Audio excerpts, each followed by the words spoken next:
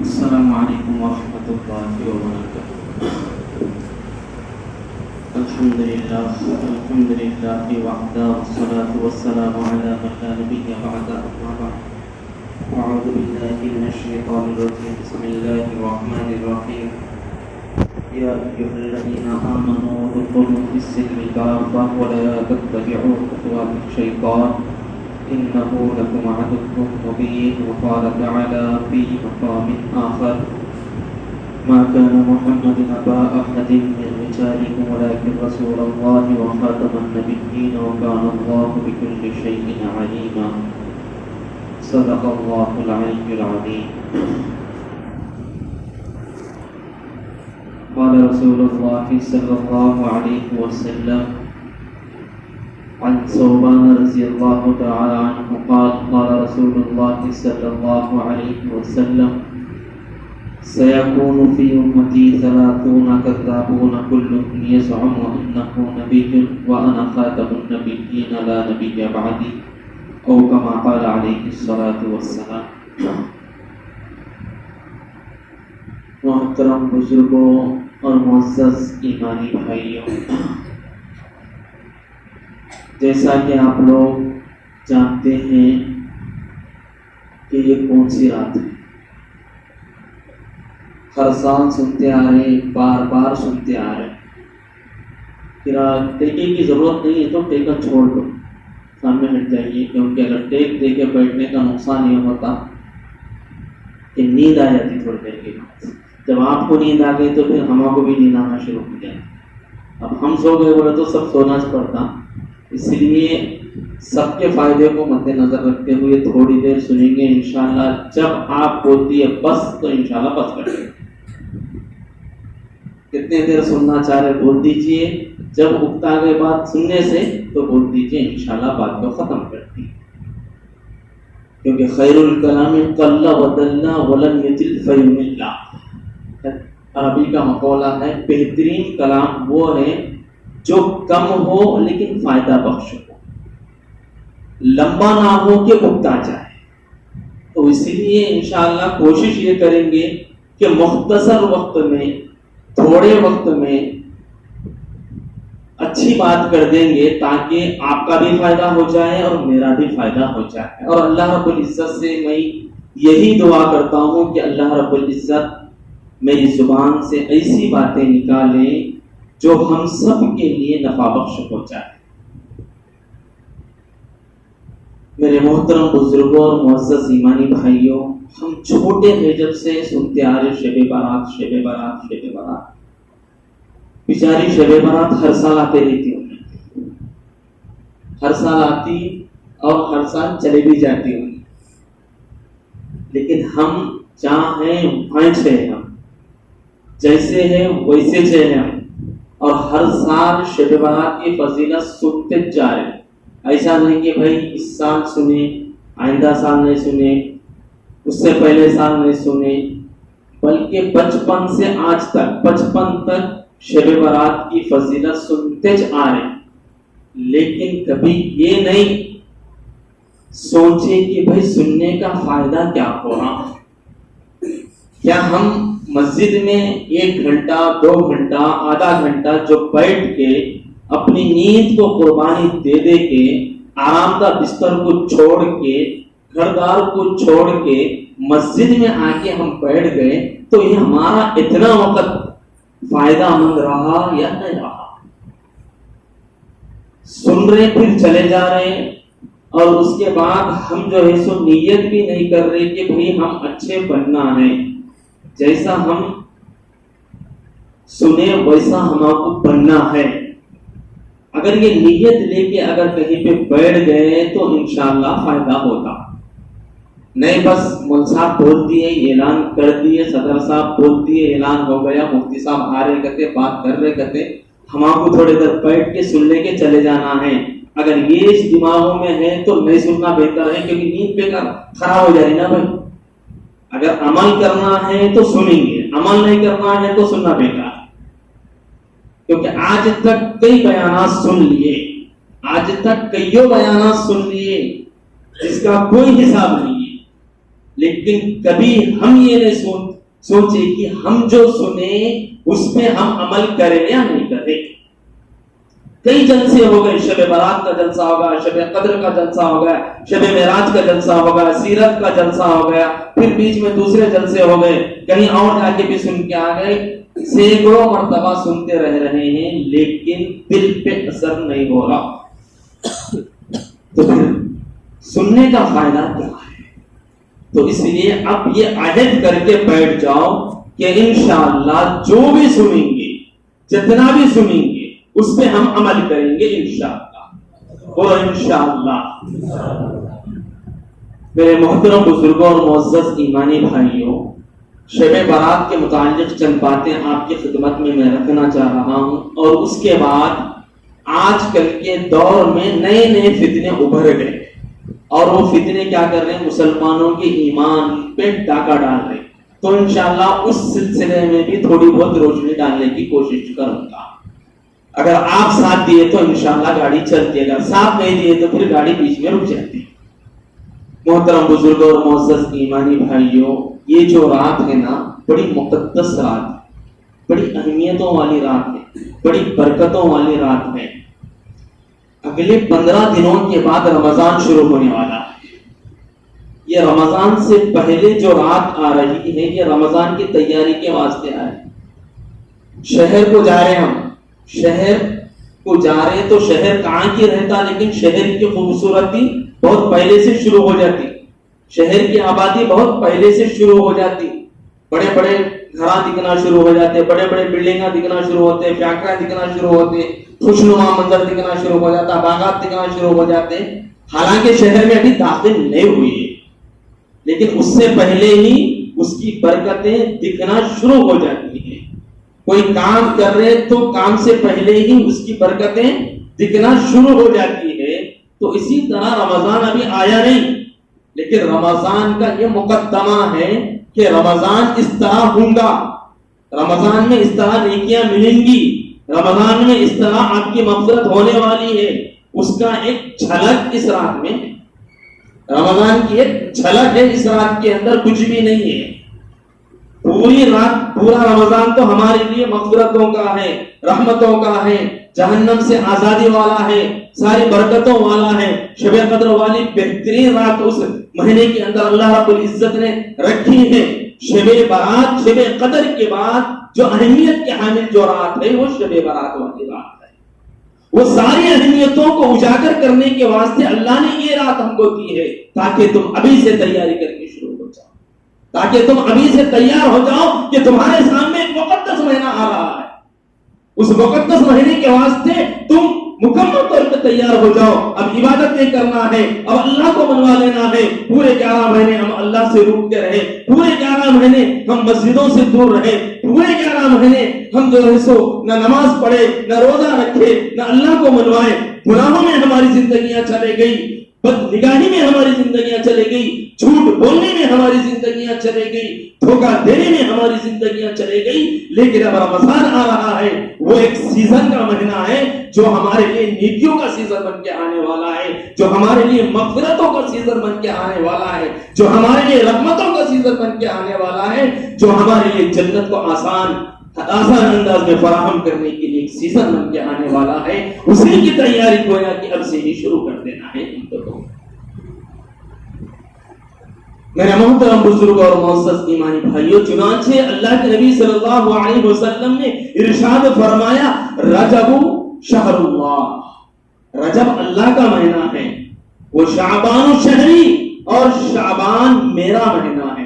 اللہ کے نبی نے فرمایا رجب اللہ کا مہینہ ہے، وہ شعبان الشہری، اور شعبان کا مہینہ میرا مہینہ ہے. ورمضان شہر امتی، اور رمضان میری امت کا مہینہ ہے، اور رمضان میری امت کا مہینہ ہے. اسی لیے اللہ کے نبی صلی اللہ علیہ وسلم جب رجب کا چاند ہی دیکھ لیتے تھے تو رمضان کی تیاری میں لگ جاتے تھے. کیا دعا کرتے تھے جب رجب کا چاند دیکھتے تھے تو کیا دعا کرتے تھے معلوم ہے؟ اللہم بارک لنا فی رجب و شعبان وبلغنا الی رمضان. اے اللہ ہم کو رجب میں اور شعبان میں برکتیں عطا فرما اور ہم کو رمضان تک پہنچا دے. گویا کہ اللہ کے نبی رمضان کی تیاری کب سے کر رہے؟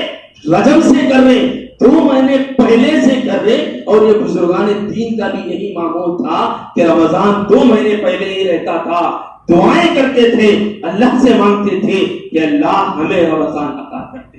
کہیں ایسا نہ ہو کہ رمضان سے پہلے ہم مر جائیں اور رمضان کی مقدس دن، مقدس ایام، مقدس راتیں ہم سے چھوٹ جائیں اور ہم مغفرت ہماری ہوئی یا نہیں ہوئی پتہ نہیں، تاکہ ایک رمضان اور مل جاتا ہماری زندگی میں تو کچھ ہم حاصل کریں.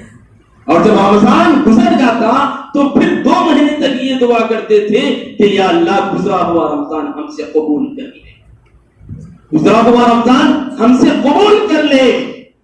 رمضان تو ختم ہو گیا، قبول ہوا نہیں ہوا معلوم نہیں. رمضان تو چلے گیا، روزے تو ختم ہو گئے، ہم سے قبول ہوئے یا نہیں ہوئے معلوم نہیں. تراویح تو ختم ہو گئی، ہم سے قبول ہوئی یا نہیں ہوئی معلوم نہیں.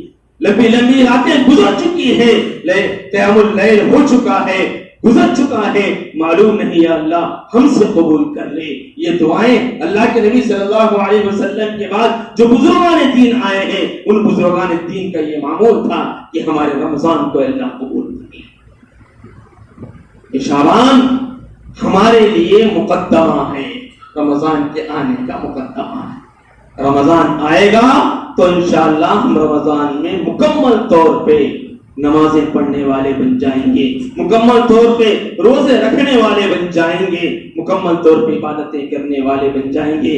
اللہ کے نبی صلی اللہ علیہ وسلم رمضان کی تیاری اس مہینے کے اندر، شعبان کے مہینے کے اندر اتنی زیادہ کرتے تھے کہ حضرت عائشہ صدیقہ رضی اللہ تعالی عنہا فرماتی ہیں کہ اللہ کے نبی صلی اللہ علیہ وسلم کو میں نے رمضان کے علاوہ کسی اور مہینے میں اتنے روزے رکھتے ہوئے نہیں دیکھا جتنے روزے اللہ کے نبی صلی اللہ علیہ وسلم ماہ شعبان میں رکھا کرتے تھے.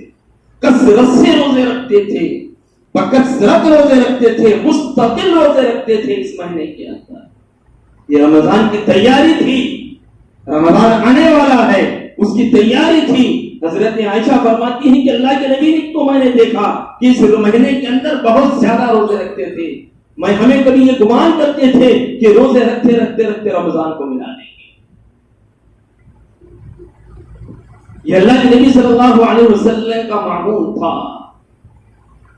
اللہ کے نبی صلی اللہ علیہ وسلم سے پوچھا گیا کہ اللہ کے نبی صلی اللہ علیہ وسلم آپ اتنی کثرت سے اس مہینے کے اندر روزے کیوں رکھتے ہیں جبکہ دیگر مہینے بھی ہیں، ذی القعدہ ہے، ذی الحجہ ہے، محرم ہے، صفر ہے، ربیع الاول ہے، ربیع الثانی ہے، دیگر مہینے ہیں. ان مہینوں کے اندر آپ اتنے نفل روزے نہیں رکھتے جتنے شعبان کے اندر آپ روزے رکھتے ہیں. تو اللہ کے نبی نے فرمایا کہ اس مہینے کے اندر سارے انسانوں کے اعمال اللہ کے دربار میں پیش کیے جاتے ہیں. اس مہینے کے اندر سارے اعمال انسانوں کے اللہ کے دربار میں پیش کیے جاتے ہیں. میں یہ گمان کرتا ہوں اور میں یہ ارادہ رکھتا ہوں، یہ کوشش کرتا ہوں کہ جس وقت میرے اعمال اللہ کے دربار میں پیش کیے جائیں اس وقت میں روزے کی حالت میں رہ جاؤں، اس وقت میں روزے کی حالت میں رہوں. اس وجہ سے میں اس مہینے میں کثرت سے روزہ رکھا کرتا ہوں. حضرت عائشہ صدیقہ رضی اللہ تعالی عنہا سے مروی ہے، جس کی روایت حضرت ابو ہریرہ رضی اللہ تعالی عنہ فرماتے ہیں.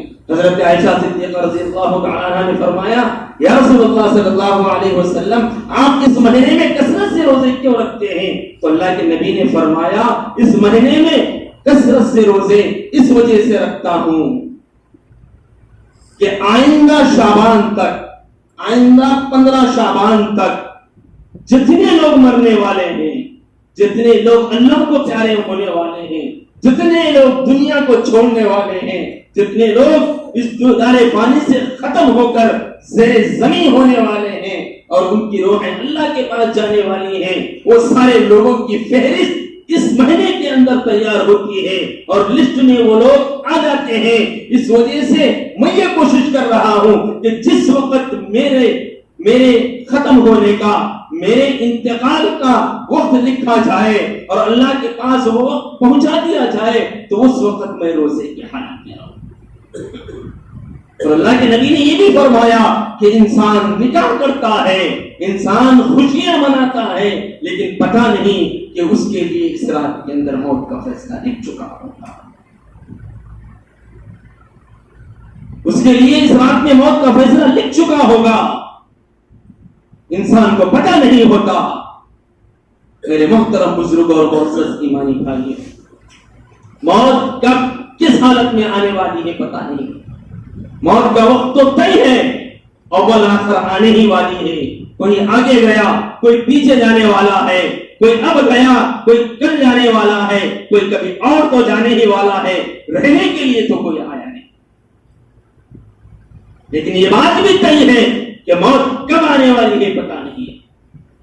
ہر بندے سے اگر پکڑ کے پوچھا جائے کہ تمہارا ڈیٹ آف برتھ کیا ہے تو ہر آدمی بتا سکتا، یاد بھی نہیں تو آدھار کارڈ نکال کے دیکھ کے بول دیتا کہ میں فلاں تاریخ پیدا ہوا۔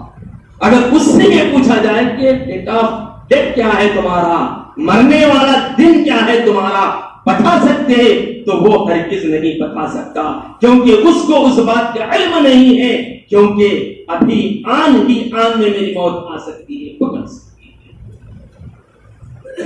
اس لیے انسان کو ضروری ہے کہ موت کی تیاری میں ہمیں انشاءاللہ رہنا چاہیے، موت کی تیاری میں لگے رہنا چاہیے، آخرت کو نہیں بھولنا چاہیے، آخرت کو نہیں بھولنا چاہیے۔ ہم نے آخرت کو بھلا دیا، موت کو بھلا دیا، اس وجہ سے آج کیا ہوا، اس کا بھی حق مار رہے، اس کا بھی حق مار رہے، پڑوسی کا حق مار رہے، بھائی بھائی کا حق مار رہا، بھائی بہن کا حق مار رہا، کیونکہ ہم نے موت کو بھلا دیا۔ دنیا کی دولت ہی سب کچھ ہے، یہ آج ہم سمجھ رکھے ہیں، میرے آل اور اولاد یہی سب کچھ ہے، میرا گھر و دار یہی سب کچھ ہے، ہم نے یہ سوچ رکھا ہے، زمین جائیداد ہی سب کچھ ہے، ہم نے یہ سوچ رکھا ہے۔ اس وجہ سے آج ہم کسی کا حق مارنے کے واسطے بھی پیچھے نہیں ہٹ رہے ہیں۔ اللہ کے نبی صلی اللہ علیہ وسلم نے حضرت صحابہ سے فرمایا کہ مفلس کون ہے تم جانتے ہو؟ من منکم مفلس، تم میں سے مفلس کون ہے؟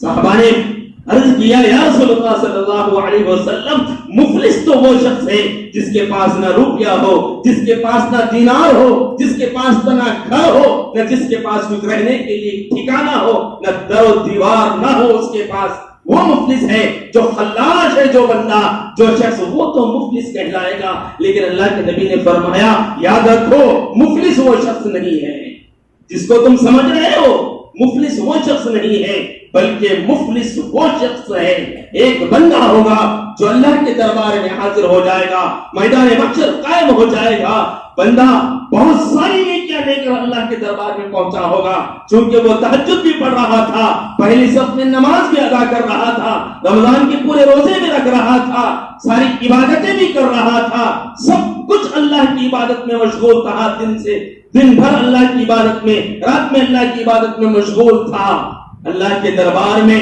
اس حالت میں پہنچا کہ نیکیوں کا ایک بڑا پہاڑ اس کے پیچھے چل رہا ہے، لیکن جب اللہ کے دربار میں پہنچا تو لوگوں کے اتنے حقوق تھے اس کے اوپر کہ ان حقوق کو ادا کرتے کرتے ساری نیکیاں اس کی ختم ہو گئی، ساری نیکیاں اس کی ختم ہو جائے گی، کیونکہ اس کا بھی حق مارا، اس کا بھی حق مارا، اپنوں کا بھی حق مارا، بہن کا بھی حق مارا، بھائی کا بھی حق مارا، پڑوسی کا بھی حق مارا، گاؤں والوں کا بھی حق مارا، رشتہ دار والوں کا بھی حق مارا، سب کا حق مارتے ہوئے اتنا جمع کیا تھا، وہاں پہ ادا کرتے کرتے کرتے سب ختم ہو جائے گا۔ کسی کی غیبت کی ہوگی، کسی کی چغلی کی ہوگی، کسی کے بارے میں برا بھلا کہا ہوگا، کسی کو تکلیف دے دیا ہوگا، کسی کو زبان سے برا کہا ہوگا، کسی کو ہاتھ سے تکلیف دیا ہوگا، کسی کو کچھ اور کہہ کر تکلیف اور دل کو ایذا رسانی پہنچائی ہوگی، کسی کے دل کو توڑ دیا ہوگا۔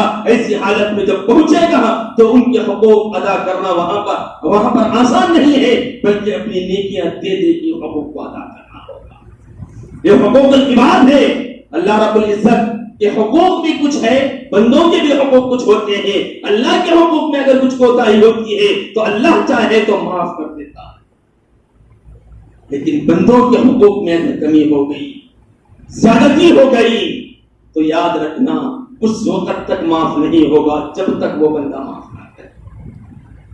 مرنے کے بعد تو میدان محشر میں ہر ایک نیکی کا بھوکا رہتا، وہاں تو معاف کرنے کا سوچ بھی نہیں سکتے۔ اللہ کے نبی نے فرمایا اتنے حقوق اس کے اوپر ہوں گے کہ ان کو حقوق دیتے دیتے ساری نیکیاں ختم ہو جائے گی، لیکن ابھی حقوق باقی ہی رہیں گے۔ اور کئی سارے حقوق باقی ہی رہیں گے کہ دینا ہے کسی اور کو بھی دینا ہے، تو تب کیا کیا جائے گا؟ ان لوگوں کے گناہ اٹھا کے اس کے سر پہ ڈال دیا جائے گا، ان لوگوں کے گناہوں کو اٹھا کے اس کے سر پہ ڈال دیا جائے گا، پھر گناہوں کا پہاڑ بن جائے گا۔ اللہ کے نبی نے فرمایا حقیقت میں وہ شخص مفلس ہے، حقیقت میں وہ شخص مفلس ہے جس نے بہت سارے تو نیکیاں لے گئے تھے لیکن کئیوں کے حقوق مار دیے تھے۔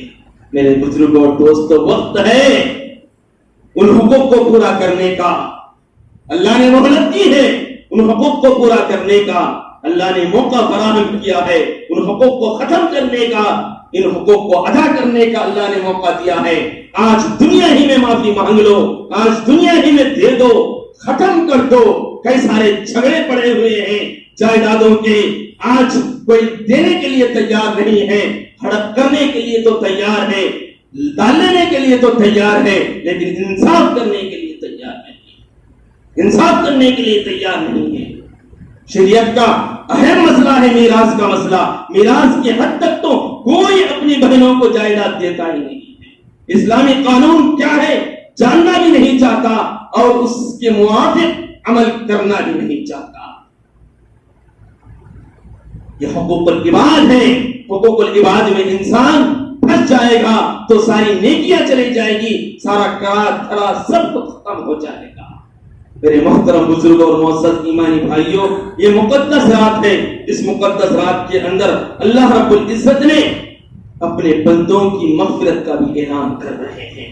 اللہ کے نبی صلی اللہ علیہ وسلم نے ارشاد فرمایا اس رات میں اپنے گنہگار بندوں کی اس کثرت سے مغفرت کر دیں گے کہ اللہ کے نبی نے فرمایا کہ بنو کلب کی بکریوں کے بالوں کی مقدار بندوں کی مغفرت ہو جائے گی۔ اس وقت مکہ مکرمہ میں بنو کلب ایک قافلہ تھا، ان کے پاس بہت زیادہ بکریاں تھیں، تو اللہ کے نبی نے ان سے تشبیہ دے کر فرمایا ان کی بکریوں کے برابر نہیں بلکہ بکریوں کے اوپر جتنے بال ہیں اتنے بالوں کی مقدار گنہگار بندوں کی اللہ مغفرت کر دے گا۔ اس رات کے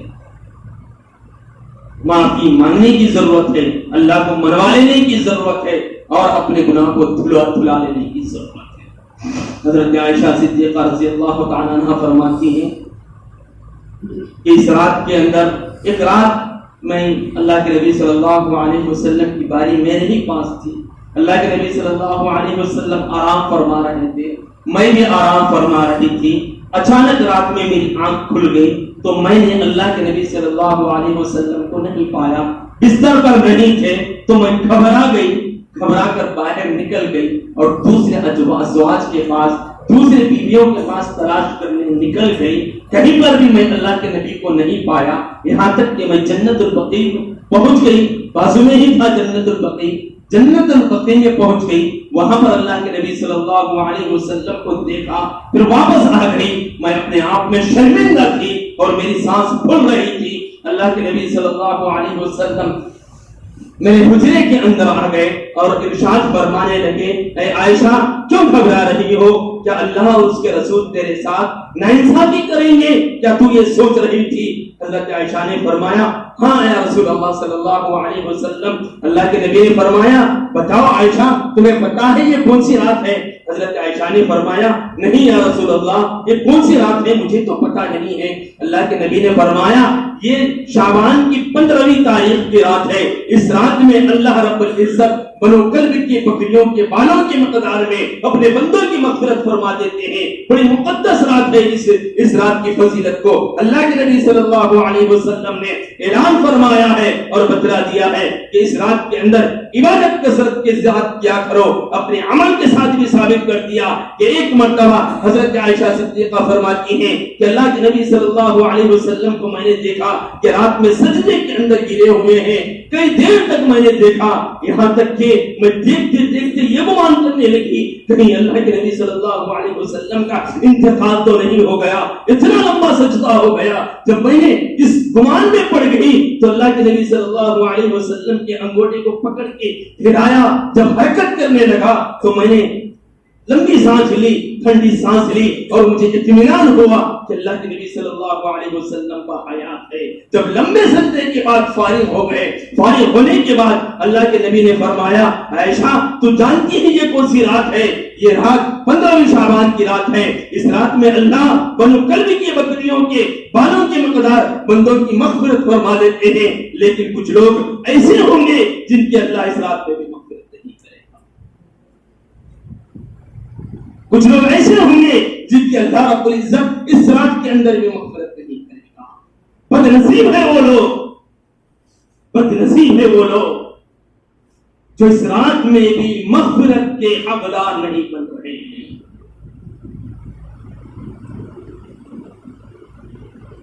آقا نے فرمایا سب سے پہلے مشرک ہے. کون ہے وہ؟ مشرک ہے جس نے شرک کیا, جس نے شرک کیا اور شرک کرتا آ رہا ہے, توبہ نہیں کیا اس نے, تو اس رات میں اس کی مغفرت ہے. شرک کس کو کہتے ہیں پتہ ہے؟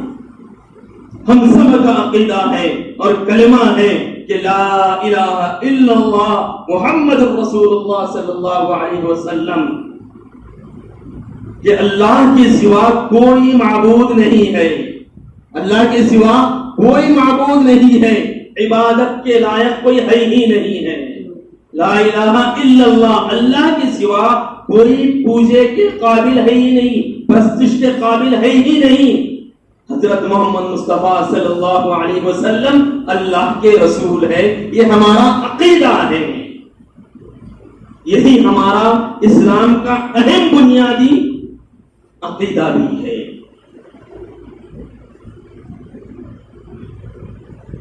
اگر اس عقیدے کے خلاف اگر کوئی چلتا تو اسلام سے نکل جاتا. سیدھا سیدھا جواب ہے, اسلام سے نکل جاتا. اسلام کی کچھ اہم بنیاد, اہم پلرز اسلام, اگر وہ پلر ختم ہو گئے تو اسلام ختم ہو جاتا. جیسا کہ اب یہ چھت ہے نا, چھت, تو یہ چھت دیواروں پہ نہیں ہے, اس پہ پلروں کے اوپر ہے چھت. اگر دیوار گرا بھی دیا جائے تو چھت کو فرق نہیں پڑتا, کھڑکی نکال بھی دی جائے تو چھت کو فرق پڑنے والا نہیں ہے. اس کے اوپر جو کلر لگا ہوا ہے, کلر ہٹا بھی دیا جائے تو چھت کو کچھ فرق پڑنے والا نہیں ہے. جو ٹائلز لگے ہوئے ہیں, ٹائلز بھی نکال دیا جائے تو چھت کو کچھ فرق پڑنے والا نہیں ہے. تو اسلام کی بنیاد بھی کچھ اسی طرح سے ہے. ہماری ٹوپی بنیاد نہیں ہے, پلر نہیں ہے. ہمارے کپڑے اسلام کا پلر نہیں ہے. ہماری داڑھی اسلام کی بنیاد نہیں ہے. ہمارا لب و لہجہ اسلام کی بنیاد نہیں ہے.